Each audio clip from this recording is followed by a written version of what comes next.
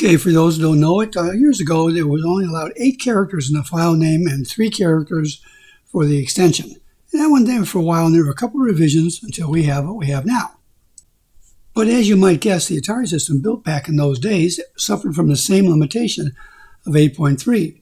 But unlike Windows and all that, there has been no revision to the other file systems. So therefore, whether you're using an Atari or an emulator, you're limited to 8 characters plus a dot and then the extension, as you can see here. And if I look over here in this particular one, I look at the same directory in the Atari, it looks like what's on my emulated drive. What's good on the emulator is that you can get around that a little bit. If you notice here, I'm in my graphics directory.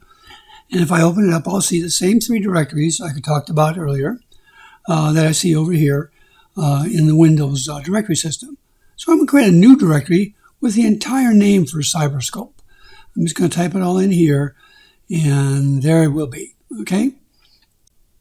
Now, once I do that, I'm just going to go back over here to the graphics directory and refresh it, or I just go back one level and come back down again. And now you'll see that I have what appears to be the same directory here. However, although it appears to work, you notice here there's nothing in here, so I should see nothing. Okay, I pasted one thing in there. Okay, if I click over here on the Cyberscope, the second directory without the period in the name, you'll see that it actually reads the same directory above it. It reads that because it's only using the first part of that file name or directory name. Okay, but what am I going to do about it? Well, first of all, I'm going to get rid of this test directory down here, and I'm going to go ahead and get rid of that. I'm going to go to the original one. I'm going to rename it with a dot and the file extension, LPT. Well, it's not really an extension. It's just a way of describing the directory. So now when I go back into the ST and I take a look at it, I take a look at it, and there it is, LPT, right? And I double click on it. I'm reading exactly what's in that directory. Everything is fine. And just to make sure, we're going to go back into the ST. We're going to run a program. We're going to run the sculpture program and make sure that when it's selecting files, it can also read, the program can read the directories. Okay, so here I am. I grab that and I go over here. I'm going to load up a file. You see, there it is, LPT. It knows, and of course, it's reading the files that are located in the correct directory. So here I am. I'm in Cyberscope, and I'm loading the 3D file that I talked about. Let's go to the editor and bring it up. And there it is. It read the file fine, even though it's located inside of this directory with a longer name. And just as another further test, I'm going to go ahead and save it with a different file name. I'm going to come in here. I'm going to call it whatever. And it has to have the right extension, the 3D2. But there's test save for this one. If I do that, and I say OK, and sure enough, I'm going to save in the same directory.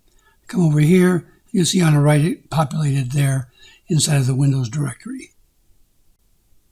Now you can do this anywhere. I've gone over here to another one of the apps, and I have a spreadsheet, and I created this other directory for that, and I want to make it easier to read. That's not going to work.